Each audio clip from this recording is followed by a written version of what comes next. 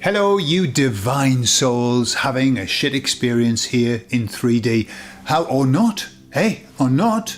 I'm not having a shit experience, but I think I probably am, actually. I probably am. I'm watching a shit experience. I'm having a nice one and watching a shit experience. You probably feel the same. So, today I'm talking about manifestation. I'm talking about the split, and I'm talking about something that's going to happen that's going to help the split to speed up a bit. I'll tell you all about it on the other side.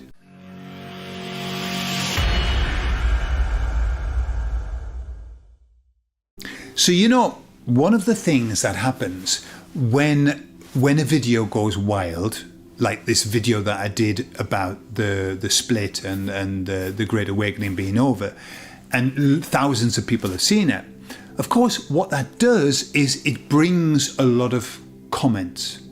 Okay, not all of them nice, because I'm accustomed, with my little 1,000 people that watch my videos, all 100% likes. I always get 100% likes, and all the comments positive, thank you, and lovely, and hey, I'll tell you something, and blah blah blah. That's what I'm accustomed to. And then suddenly, comments like, "You don't know what you're talking about. You're with the devil.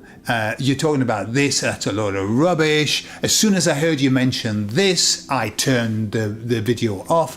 All of that. And you just think, oh, what a shame. However, it's the price that must be paid for the 15 minutes of fame that video gave me. Since then, they've settled down again, back to normal.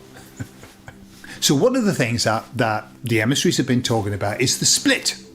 And what they said is that you won't know that it's happening until it's happened. And in retrospect, when you look back, you go, oh, wow, all right, it was happening. And so, because of that, there's no way of proving it. So lots of people were saying, no, I don't see it. I'm not seeing it. But lots of people were saying they're seeing it as well. It just depends. It depends. So the emissaries were talking about that. And they reminded me of the expression, I'll see it when I believe it. Which is not the way that we say it. Normally we say, I believe it when I see it. But actually, there's method in their madness. When the emissaries are talking about the split, and this is what they said to me, we're talking about the split happening. Because when we say that, people are going to start looking for it. Even though we say you won't be able to see it until it's done, until afterwards, people are looking for it now. And the looking for it, and that expectation brings it about. Okay, so it's kind of like, and they've done the same with the Great Awakening. When they were talking about the Great Awakening, oh my God, so many people were saying to me, it's not happening. The Great Awakening is not happening. And I'm saying, well, they say that it is. No, it's not. And I remember a few comments from people who had initially said it was not happening, to then send me a message saying, by the way, I'm starting to see it now. Okay, now we know that we have the Reticular Activating System inside of our brain, which looks to filter things out and to bring things into our awareness. And so when you say, I'm going to start watching for the split, boy, you're going to see it. You're going to see it. You're going to see proof, okay? However, the emissaries were intimating that when you look with expectation, not only do you see it because it's there, you create it too. Now, is that true? Is that true that your expectation creates something? Well, in my lived experience, is that what they say these days? It's horrible. I hate it. It sounds woke. In my lived experience, in my life, from what I've seen, yes, it does. I've manifested some beautiful things into my life, and I've lived in poverty, in a lack. I've lived in the worst conditions. I lived for a year. I was homeless. So I know exactly what living in lack is. And so when I started to manifest, I saw how quickly it happened, and I saw the power of manifestation. I believe in it, 100%. I've got no doubt, 100%. Why? Because I've done it. So if you've done it, you'll know what manifestation is. I also manifest some horrible things in my life too. I believe in that. However, I'm going to say something about manifestation before I get into this really interesting information. Manifesting positively is 1,000,000 times stronger than manifesting negatively. Okay? That's great news for us because we have so many negative thoughts, that if they were as powerful as the positive thoughts, we would manifest horrible stuff into our lives all of the time. Our lives would be shit. Even the most positive thinker would have a shit life because you can't help but have these weird little negative thoughts. You know, what if? Oh my God. Ooh, imagine what would happen if, right? No, negative affirmations have very little power. However, they are used by the baddies, and they use them in a numbers game, in volume.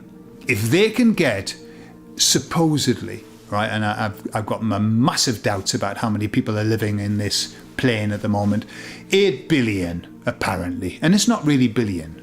You know, that's the exaggerated version of a billion. It's not a billion.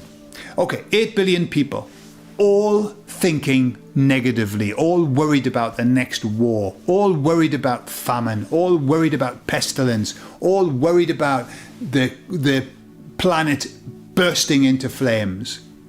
Man, that has some strength, and that proliferates those negative thoughts. Does it need 8 billion people to think something positive? No, not at all. Not at all.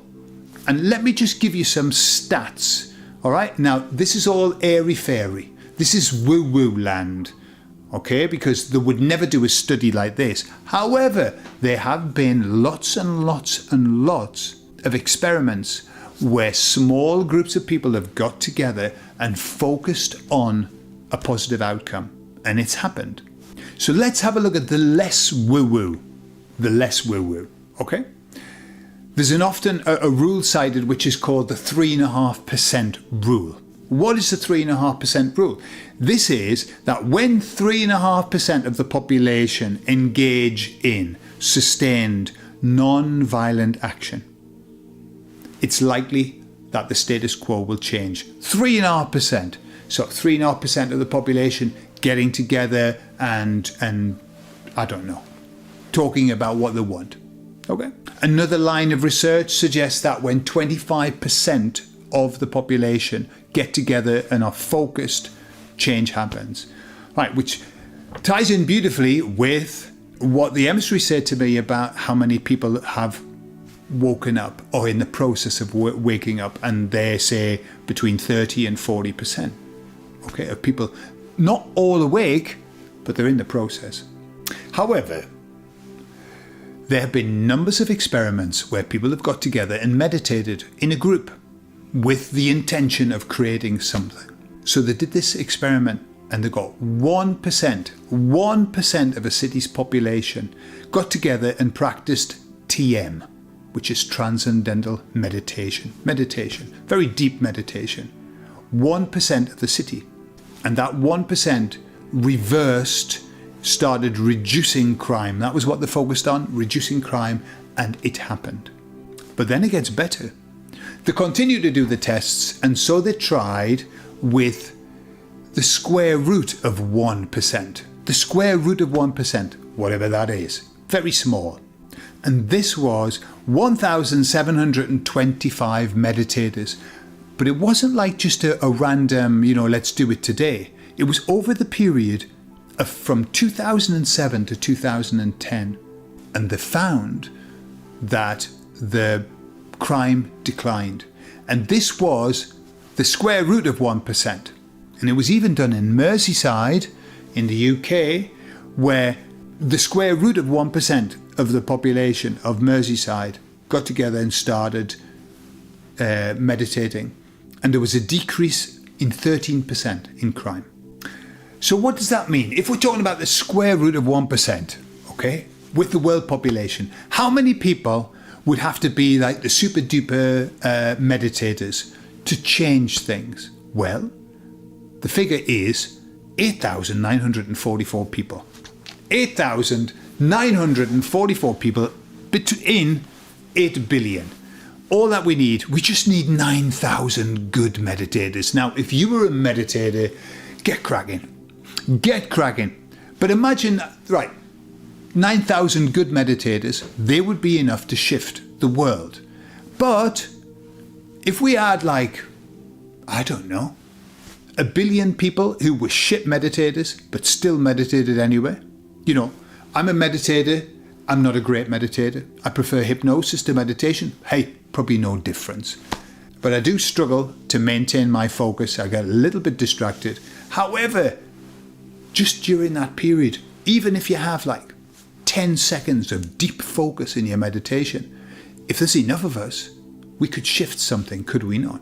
So I think that we need to get cracking a bit. We need to be just sitting and just imagining the world that we want.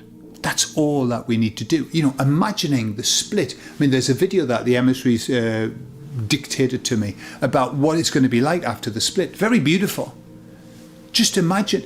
You don't need to be told what it's going to be like. You can imagine. You know, the question is, what would a beautiful world be like for you? And just sit and imagine it. When you're walking your dogs, when you I don't know, just working on the car, cleaning the car, whatever, driving. Just imagine the world that you want. Get excited about it. That's it. That's what manifestation is. You imagine it and you feel good about it. And you imagine that it's real now. That brings it into reality. It's a proven system. Imagine that it's already happened, feel very, very fucking good about it, and it will be here before you know it. And that's all that we have to do. It's already going to happen. It's going to happen anyway. But we can speed it up. And that's what the emissaries are saying. That's why they're talking about the split. They're bringing it into people's consciousness so that they bring it about faster. And the emissaries are not the only ones talking about the split. I'm hearing it from a lot of people who are coming from a lot of different backgrounds. It's happening. It really can't be denied. But if we get excited about it and we start watching out for it, we'll bring it about faster. What's wrong with that? Why not? I love you all. I'll speak to you all later.